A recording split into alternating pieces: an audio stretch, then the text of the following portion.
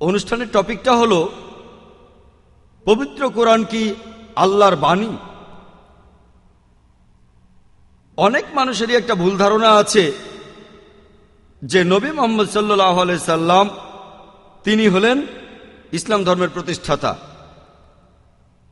সত্যি বলতে ইসলাম সেই সময় থেকে আছে যে সময় এই পৃথিবীতে প্রথম মানুষটা এসেছিলেন। মহান ঈশ্বর অনেকগুলো আসমানি কিতাব পাঠিয়েছেন অনেক নবী রাসূল। আগের নবী রাসূলগণ যাদের আল্লাহ পাঠিয়েছিলেন তারা শুধু তাদের জাতির জন্য এসেছিলেন, তাদের গোত্রের জন্য। আর তাদের সেই নির্দেশ সেগুলো একটা নির্দিষ্ট সময়ের জন্য ছিল।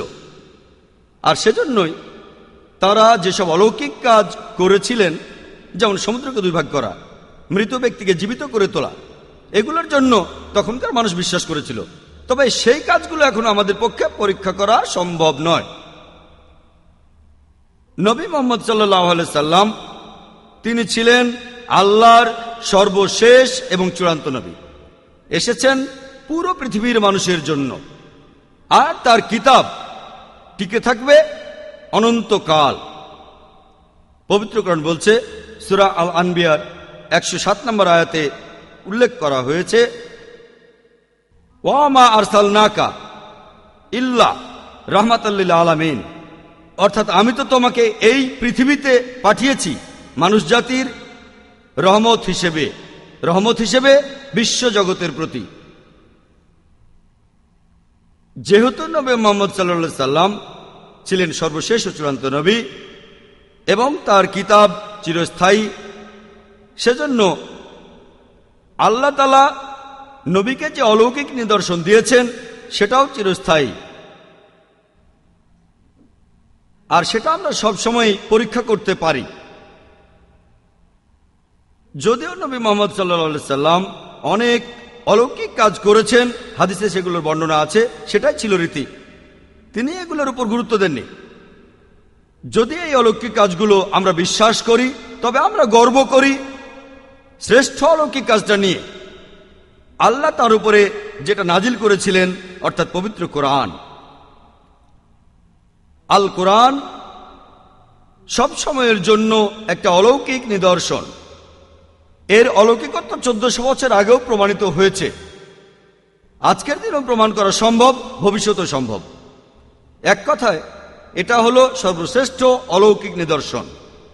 সম্ভবত এটা আমরা সবাই জানি, এ কথাটা আমরা সবাই জানি, হোক মুসলিম বা অমুসলিম, যে এই পবিত্র কোরআন প্রথমবার যিনি পড়েছিলেন তিনি ছিলেন মক্কা শহরের অধিবাসী আরব দেশে। সময়টা ছিল 6ষ্ঠ শতাব্দী। তার নাম ছিল মুহাম্মদ সাল্লাল্লাহু আলাইহি সাল্লাম। আর এই পবিত্র কোরআনের উৎস, মানুষ এই ব্যাপারটা নিয়ে 3টি অনুমান করেছেন। প্রথমটা হচ্ছে যে এই পবিত্র কোরআন এটা লিখেছেন নবী মুহাম্মদ সাল্লাল্লাহু আলাইহি সাল্লাম নিজেই, সচেতন, অবচেতন বা অচেতনভাবে। আর এখানে দ্বিতীয় অনুমানটা হচ্ছে যে নবী মুহাম্মদ সাল্লাল্লাহু আলাইহি সাল্লাম তিনি কথাগুলো নিয়েছেন অন্যদের লেখা বই থেকে অথবা অন্যান্য ধর্মগ্রন্থগুলো থেকে। তৃতীয় অনুমানটা হচ্ছে যে এই পবিত্র কোরআন এটা কোনো মানুষ লেখেনি, আসলে এটা মহান ঈশ্বর আল্লাহ সুবহানাহু ওয়া তাআলার বাণী। আসুন আমরা আজকে এই 3টি অনুমানই পরীক্ষা করে দেখি। প্রথম অনুমানটা যে নবী মুহাম্মদ সাল্লাল্লাহু আলাইহি সাল্লাম তিনি নিজেই এটা লিখেছেন, সচেতন, অবচেতন বা অচেতনভাবে। যদি কেউ একজন কোনো দায়িত্ব অস্বীকার করে, তাহলে সেই দায়টা সেই মানুষের উপরে চাপানো এটা অস্বাভাবিক হতে পারে সাহিত্যে, অথবা হতে পারে বৈজ্ঞানিক বা অন্য কিছু। কিন্তু পশ্চিমারা সব সময় এটাই বলে থাকে, কোরআনের উৎস নিয়ে সন্দেহ করে, আর তারা বলে যে নবী মুহাম্মদ সাল্লাল্লাহু আলাইহি সাল্লাম এটা লিখেছেন। নবীজি কখনোই বলেননি যে তিনি কোরআন লিখেছেন, বরং তিনি সবসময় বলেছেন এটা আল্লাহ সুবহানাহু ওয়া তাআলার একটি আসমানি কিতাব। এখানে অন্য কিছু ভাবা সেটা অযৌক্তিক। তাহলে ধরে নেওয়া যায় যে তিনি মিথ্যে কথা বলেছেন। নাউজুবিল্লাহ। ইতিহাস আমাদের বলে যে নবুয়তের আগে বা পরে নবীজি কখনো মিথ্যে বলেছেন এমনটা শোনা যায়নি। তিনি নবুয়ত লাভ করেছিলেন 40 বছর বয়সে, আর তখনকার সব মানুষ এক বাক্যে বলেছে যে আমাদের নবীজি ছিলেন সৎ, উন্নত চরিত্রের এবং দয়ালু, আর সেজন্য তারা নবীজির নাম দিয়েছিল আলামিন, অর্থাৎ বিশ্বাসী। বন্ধু বা শত্রু সবাই।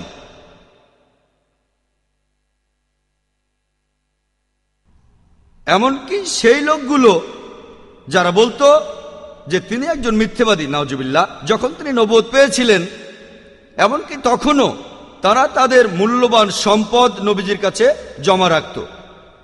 তাহলে একজন সৎ মানুষ মিথ্যে বলবে কেন? কেন কেন বলবে? যে কোরআন হলো আল্লাহর বাণী আর তিনি আল্লাহর নবী। আসুন আমরা এটা পরীক্ষা করি, যেটা দাবি করেছে পশ্চিমারা। অনেকেই বলে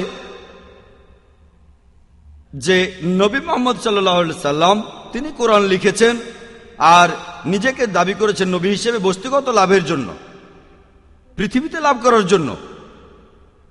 আর আমিও একমত যে এমন অনেকে আছেন যারা এই মিথ্যে অভিযোগ করেন যে নবীরা ধর্ম প্রচার করে সম্পদ লাভের জন্য। এভাবে তারা সম্পদ জমায় আর বিলাসী জীবনযাপন করে থাকে। অনেক মানুষ এই কথা বলেন, বিশেষ করে আমাদের দেশে দেখবেন এটা। আমাদের নবীর আর্থিক অবস্থা নবুয়তের আগেও ভালো ছিল আর পরেও ভালো ছিল। তিনি বিয়ে করেছিলেন এক ধনী মহিলা ব্যবসায়ীকে, উনার নাম ছিল খাদিজা রাদিয়াল্লাহু আনহা।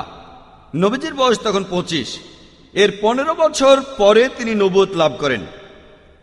নবুয়ত লাভের পরে নবীজিকে চরম প্রতিকূলতার মধ্য দিয়ে যেতে হয়েছে।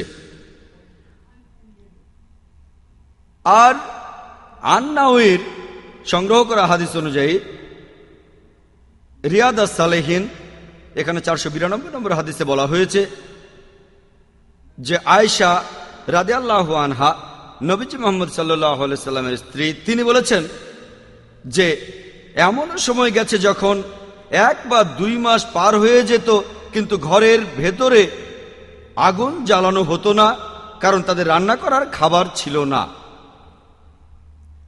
তখন তারা খেজুর আর পানি খেয়ে টিকেছিলেন, আর মাঝে মধ্যে মদিনার লোকজন তাদের জন্য ছাগলের দুধ পাঠাতো। সাময়িক সময়ের জন্য নবীজি এই প্রতিকূলতার মধ্য দিয়ে গেছেন। রিয়াদ আর সালেহিন অনুযায়ী হাদিস নম্বর 465 ও 466, হযরত বিলাল রাদিয়াল্লাহু আনহু বলেছেন যে যখনই নবীজি কোনো প্রকার উপহার পেতেন অথবা ভবিষ্যতের জন্য কিছু, তিনি সেগুলো গরিবদের মধ্যে বিলিয়ে দিতেন, সেগুলো তার নিজের জন্য রাখতেন না। তাহলে এই সন্দেহ কেন করবেন যে নবীজি মিথ্যে কথা বলেছেন নাউজুবিল্লাহ বস্তুগত লাভের জন্য? আর পবিত্র কোরআনে একটি আয়াত আছে যেটা এই অভিযোগকে প্রত্যাখ্যান করে। আয়াতটা সূরা বাকারার 79 নম্বর আয়াত। আর এই আয়াতে উল্লেখ করা হয়েছে ফাওয়াইলুল লিল্লাযিনা ইয়াকতুবুনাল কিতাবা বিআইদিহিম, সুতরাং দুর্ভোগ তাদের জন্য যারা নিজের হাতে কিতাব রচনা করে। সুম্মা ইয়াকুলুনা হাজা মিন ইনদিল্লাহ, আর তারা বলে এটা আল্লাহর নিকট হতে, লিয়াস্তারু বিহি সামানান কালিলা, তারা এই কথা বলে তুচ্ছ মূল্য প্রাপ্তির জন্য। ফাওয়াইলুল লাহুম মিম্মা কাতাবাত আইদিহিম, তাদের হাত যা লিখেছে সেজন্য তারাই শাস্তি পাবে। ফাওয়াইলুল্লাহ মিম্মা আকসিবুন, সেজন্য শাস্তি তাদেরই যা উপার্জন করেছে। এই আয়াতটা সেই লোকগুলো সম্পর্কে বলছে যারা নিজের হাতে কিতাব লিখেছে আর বলেছে এটা আল্লাহর নিকট হতে, অথবা তারা আল্লাহর বাণী পাল্টিয়ে নিজের মতো করে লিখেছে। আর যদি এমনটা হতো যে নবী মুহাম্মদ সাল্লাল্লাহু আলাইহি সাল্লাম নিজেই এই কোরআন লিখেছেন আর বলেছেন এটা আল্লাহর কাছ থেকে এসেছে, আর তার জীবদ্দশাতে যদি সবাই এটা জেনে যেত, তাহলে নবীজিকে বলা হতো সবচেয়ে বড় ভণ্ড, আর তার নিজের বইতে নিজেকে অভিশাপ দিতেন। কিছু মানুষ বলে যে নবীজি মুহাম্মদ সাল্লাল্লাহু আলাইহি সাল্লাম বলেছেন যে পবিত্র কোরআন এসেছে আল্লাহর কাছ থেকে, আর দাবি করেছেন আল্লাহর নবী। এতে সম্মান পাবেন, ক্ষমতা, খ্যাতির জন্য, নেতা হওয়ার জন্য। সেই লোকের বৈশিষ্ট্য কি যার থাকে ক্ষমতা, সম্মান, নেতৃত্ব আর খ্যাতি?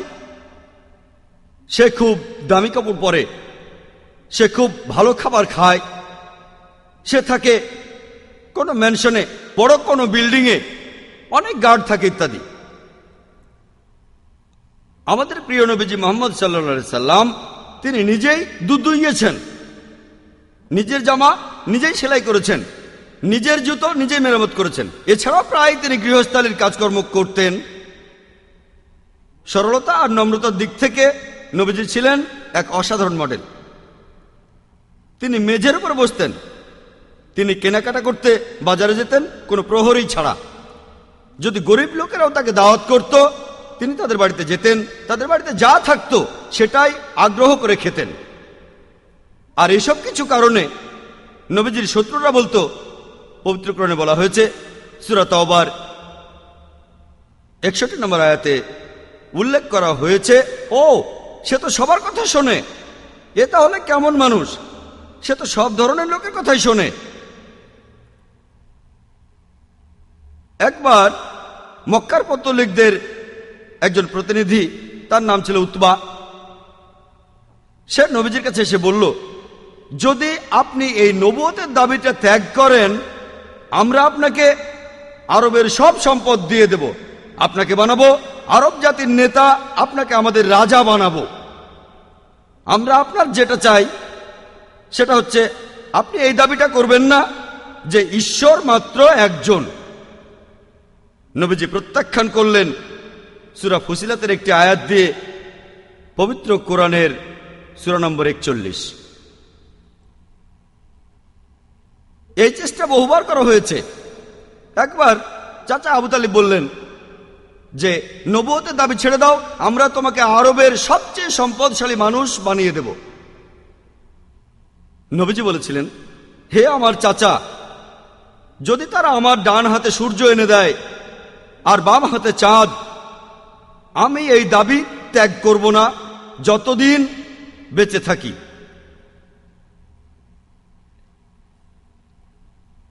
একজন মানুষ কেন জীবন কাটাবে এতটা কষ্টের ভেতর, এত ত্যাগের ভেতর? আর তিনি ভালো ব্যবহার করেছেন, এমনকি তার শত্রুদের সাথেও। তিনি খুব বিনয়ী আর নম্র ছিলেন। যখনই মুসলিমরা কোনো যুদ্ধে জিতত, তিনি সবসময় বলতেন, আমরা এই যুদ্ধে জিতেছি আল্লাহর সাহায্য পেয়েছি বলে, আমার কারণে যুদ্ধটা জিতিনি।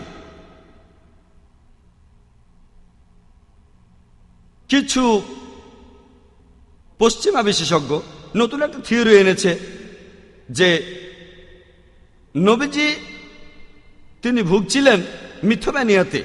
নাউজুবিল্লাহ। মিথোম্যানিয়া একটা মানসিক রোগ, যেখানে রোগী একটা মিথ্যে কথা বলে আর সে ভাবে যে এটা সত্যি। এখন পশ্চিমারা বলে যে নবী মুহাম্মদ সাল্লাল্লাহু আলাইহি সাল্লাম মিথ্যে কথা বলেছেন, নাউজুবিল্লাহ, আর ভেবেছেন এটা সত্যি।